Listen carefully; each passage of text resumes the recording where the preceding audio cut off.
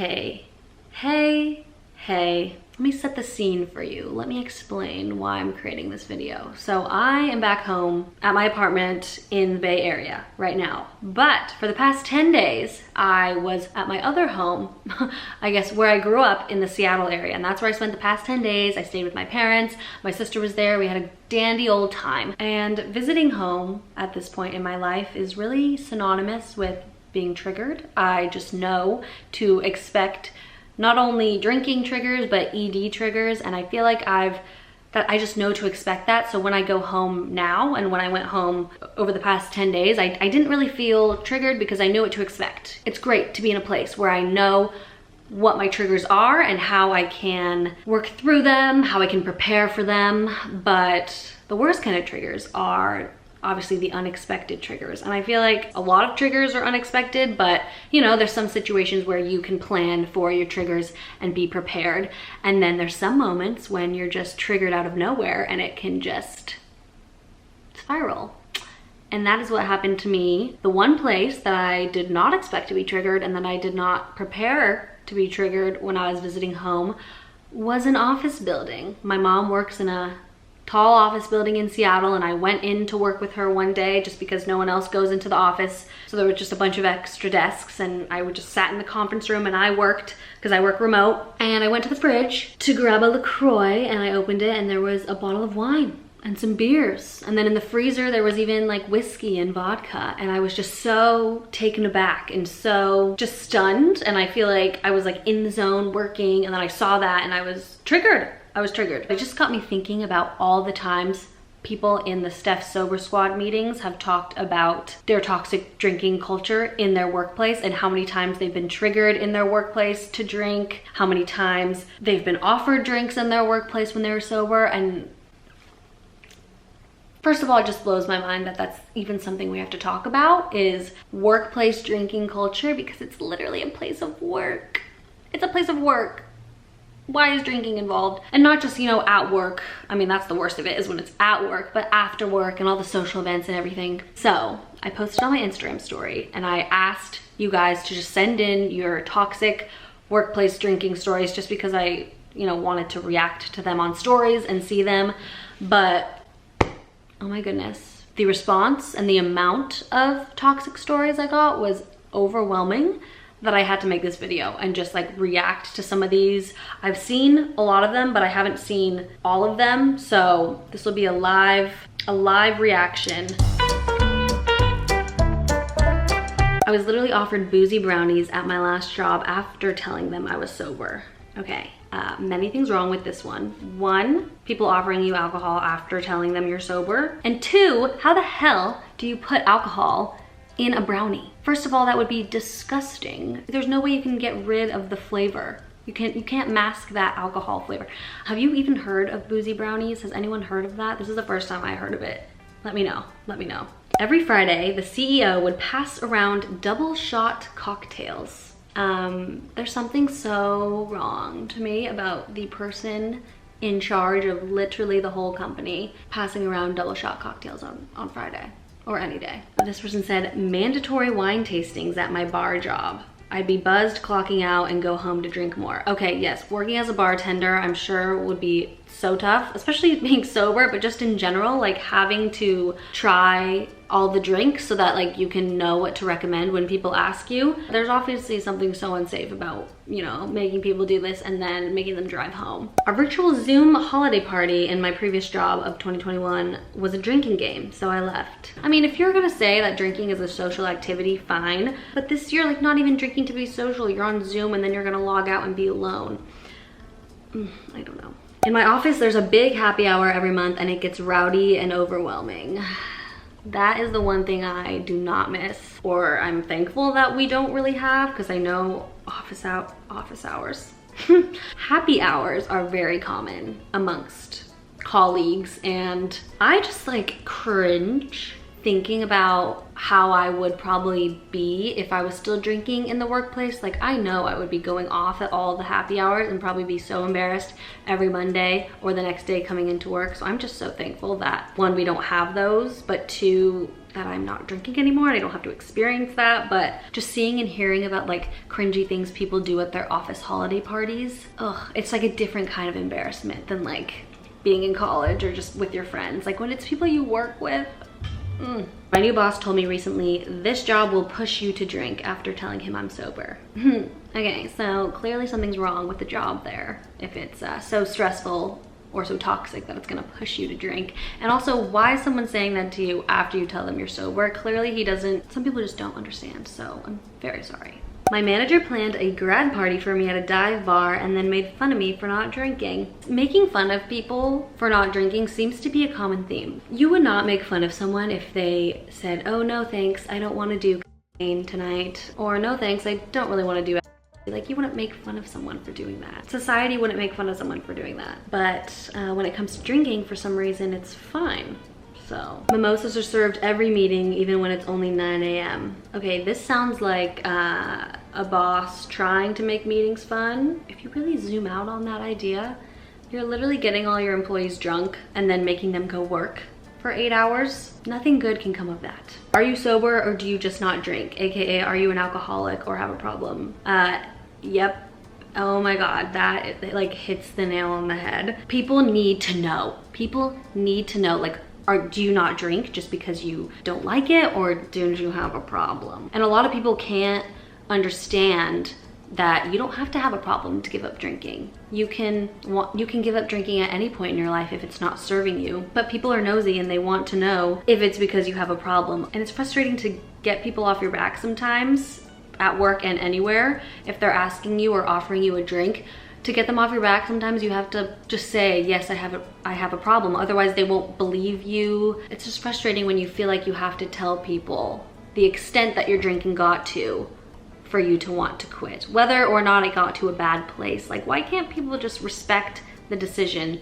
That's where I'm hoping that we get to as a society, is just someone doesn't drink, okay, cool. It's just like someone who doesn't choose to do any other sort of drug. But alcohol itself is just so ingrained in the society that people have a huge issue with it when people don't partake in it. Oh, okay, and this person also asked this person that asked, are you sober or do you just not drink, in front of everyone in a car on a work trip.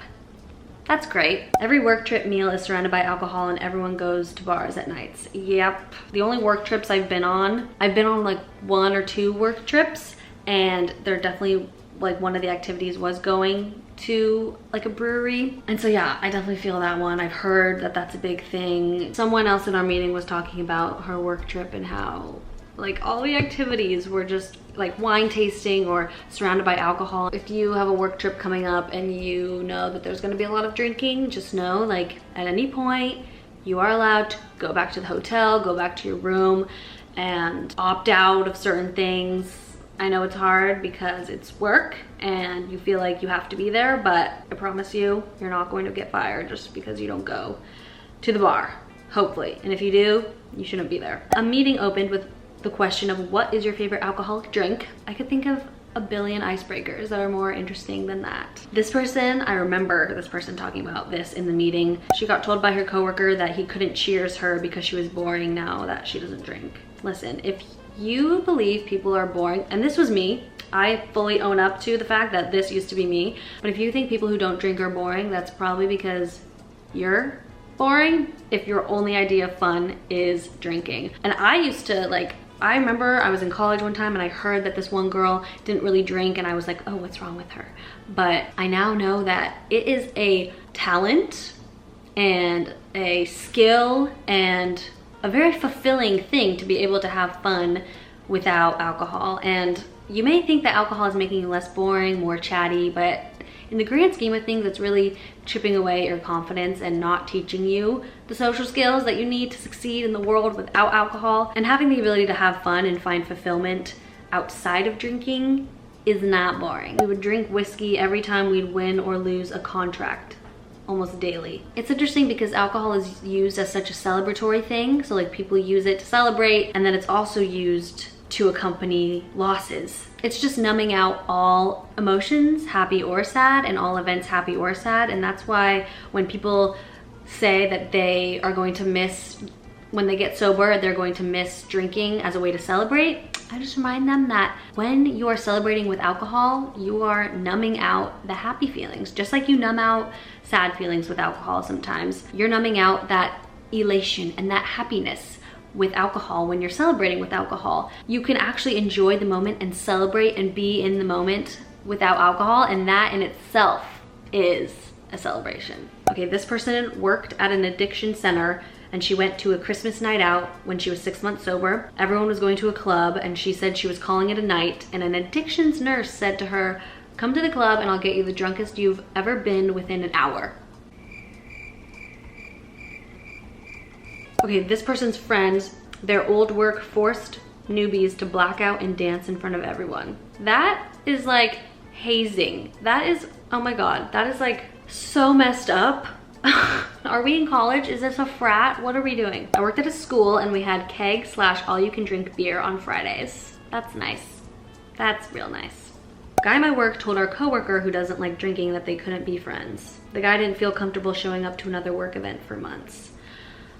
Yeah, that's just like what I was saying. Like when you judge someone so quickly off the fact that they don't drink, you're missing out on such a great relationship that you could potentially have, and that just shows your true colors. So if anyone is saying that they can't be friends with you because you don't drink, if they're saying you're boring, that is just a reflection of how they feel about themselves and how they feel about drinking. Work happy hours and you get shut down and bullied for not getting a drink and constantly being asked, "When are you drinking again?" Yep, that's a definite common response I hear that a lot of people get and that I've got when I first got sober. Was when I would tell people that I wasn't drinking, people would ask me, "Oh, so when is your sobriety thing gonna be done?" They just can't wrap their head around the fact that you're just not going to drink, maybe ever, or for a long time, and they're just waiting for you to drink. And the ironic part of that was, my friends didn't like me when I was drunk. I know they didn't. I know I was not a great person when I was drunk. It's a very fine line because you can drink and mess up and all your friends could be mad at you, but then they'll still ask you, "Okay, when are you drinking again?" after you make this decision for yourself to be sober. And so it's very contradictory and it's a mind. I think it's what kept me from quitting drinking for so long was I was getting asked by people when the sober thing was gonna stop, and then I would question my decision and think, oh, well, they are asking me when I'm gonna start drinking again. Does that mean my drinking wasn't that bad? When really it was just a reflection of how they feel about their drinking. So before work from home, if anyone had a call with a difficult client, they'd get handed a beer right after. That's great. After getting your first sale, everyone would get you drunk and then you'd have to do a dance in front of the whole office. What is it with dancing? Dancing in front of the office. My place of employment is seriously like a giant frat. It's a big sales environment, party, party, party. I think sales, for some reason, like a lot of these answers and a lot of things that I've heard from people who live in really toxic drinking cultures, it's either law firms or sales jobs. And I don't know why that is. This person said, "I have too many to fit into this space, LOL."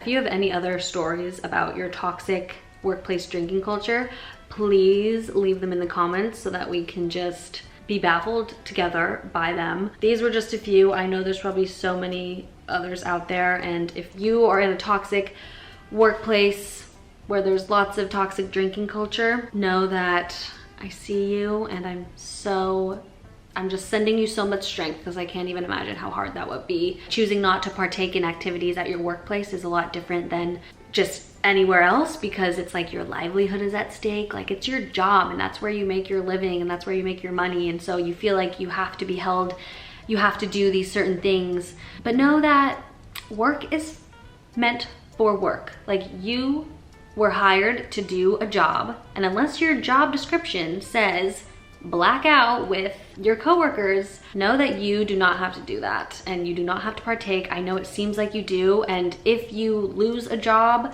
or you are getting like shunned by your coworkers for not drinking, obviously I don't know your situation, but it may be worth trying to find another job. We had someone in my meeting talk about the fact that she went to this work event and it was the person who called her boring, And she just said to the person the next day, like, look, that made me really uncomfortable and my decision to not drink is none of your business. And she kind of just set the boundaries in the workplace. We talk about setting boundaries everywhere else in our life, with our family, with our friends, and the workplace is no different. You need to set boundaries so that you can set yourself up for success, so that you can focus on what you're there to do, which is work. And if that means skipping the happy hour, if you can, skipping the dinner, leaving early, going on the work trip, but having other activities planned, or having one buddy that you can talk to while on the work trip, or one person in your office that you really connect with and that knows about your decision to be sober. It may seem on the surface like it's very drinking heavy, but I'm sure there are other people in your same boat who maybe don't like drinking, maybe they're sober, and they just are looking for that one person to help them get out of that culture and to help them just relate about how toxic it is. So thank you to everyone who submitted something. Sorry I didn't get to them all, but maybe we can do a part 2 to this video or just talk about it more. So thank you for watching. I hope you all stay strong in your workplaces. Don't forget to subscribe and like this video if you enjoyed it, and I will see you in the next one.